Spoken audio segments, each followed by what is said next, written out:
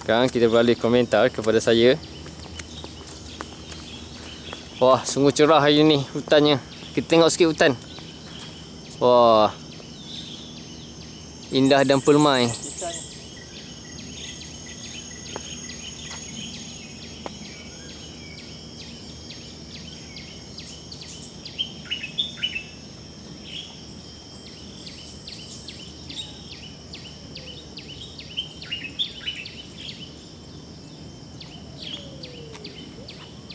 Ini ialah hakikat yang terjadi akibat kemusnahan dan kerasusan manusia.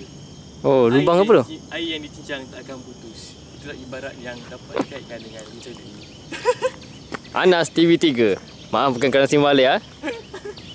Oh, ni kesan air terbenam Hakisan ni. Pakisan. Drain. Kesan pokok ni yang menderita. Tengok mengapa nanti kita akan submit ni ke National Geographic, dia akan tahulah. Kerana Simbalik. Melaporkan. Ini yang dekat sini. Aduan rakyat. Nanti ni lah game. Inilah kemusnahan yang Balak-balak. kerakusan manusia. Kita sebagai insan patut bersyukur di hutan. Ya. Air yang dicincang tak akan putus. Anas TV3. Fuh.